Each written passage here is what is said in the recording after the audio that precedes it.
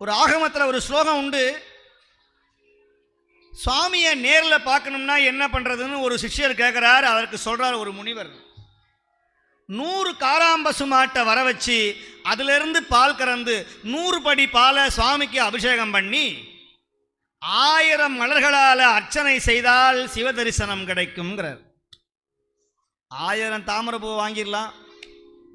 இப்போ 100 படி காராம்பசு மாடு, காராம்பசுன்னா ஒரு நாளைக்கு 3/4 படி பாலை மேலே கறக்காது. காராம்பசே கிடையாது முதல்ல. அதுதான் இங்கே பிரச்சனை. எல்லாம் ஜெர்சி நாட்டு மாடு பால் கறக்குமா? ஒரு நாளைக்கு 2 படி கறக்கிறதே பெரிய விஷயம்.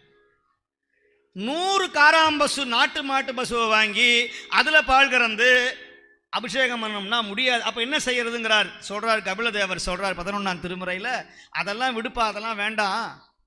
100 ஆண் பயனாட்டி, ஆண்னா பசுமாடு, 100 ஆண் பயனாட்டி 100 மலர் சொரிந்து 100 நொடிவதனின் மிக்கதே பரித்தவரி வெள்ளேறு உடையான் உத்தமனை பாடலால் ஒன்று.